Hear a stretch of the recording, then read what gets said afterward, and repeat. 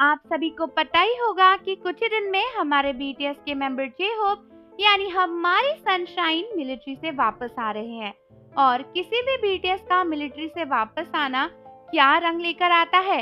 वही हमारे OT7 वाला रंग, यानी बीटीएस की मिलिट्री के डिस्चार्ज के दिन सभी बीटीएस के मेंबर्स इकट्ठे होकर हम सभी से मिलने आते हैं। और फाइनली इतने टाइम बाद हमें बीटीएस के OT7 पिक्चर्स और उनके वीडियोस देखने को मिलता है। ऐसा ही जिनके मिलिट्री डिस्चार्ज में भी हुआ था और बीटीएस के सभी मेंबर्स जिनको मिलिट्री से वापस लाने के लिए वहां पर पहुंचे थे। और यही उम्मीद जे-होप के मिलिट्री डिस्चार्ज को लेकर भी आर्मीज को है। लेकिन रिसेंटली एक काफी ज्यादा सैड न्यूज आर्मीज के बीच में आई है, जिसको सुनकर सभी बीटीएस आर्मीज का दिल बैठा जा रहा है और वो बस उम्मीद कर रही है कि काश ये न्यूज सच ना हो। तो कई सारी कोरियन मीडिया ने ये रिपोर्ट किया है कि आजकल मिलिट्री से लीव लेना काफी मुश्किल हो गया है सोल्जर्स के लिए साउथ कोरिया में, क्योंकि नॉर्थ कोरिया लगातार कुछ ना कुछ करे ही जा रहा है साउथ कोरिया के साथ, जिसकी वजह से साउथ कोरिया के सभी मिलिट्री सिस्टम्स इस समय अलर्ट पे है।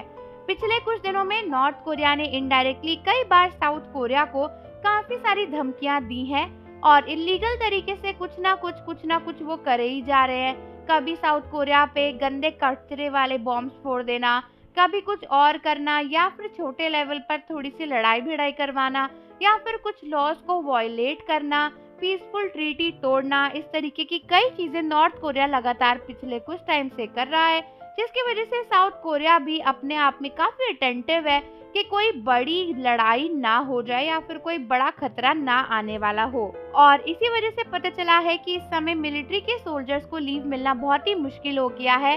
बात करें हाई रैंक डिवीजन के सोल्जर्स की, तो उनके लिए तो ये बहुत ही मुश्किल है। फॉर एग्जाम्पल जैसे हम बात करें वी की या फिर जिमिन की, जिन्हें काफी हाई रैंक पे प्रमोशन दे दिया गया है, या फिर जंगकुक भी, जो कि आजकल काफी बिजी है। तो ऐसे में बीटीएस के सभी मेंबर्स को जे-होप के मिलिट्री डिस्चार्ज पर देखना आर्मीज का जो सपना है वो शायद सच ना हो पाए, क्योंकि कई लोगों का कहना है कि शायद जिमिन, वी और जंगकुक को मिलिट्री से लीव नहीं मिल पाएगी और शायद आरएम का भी आना मुश्किल हो।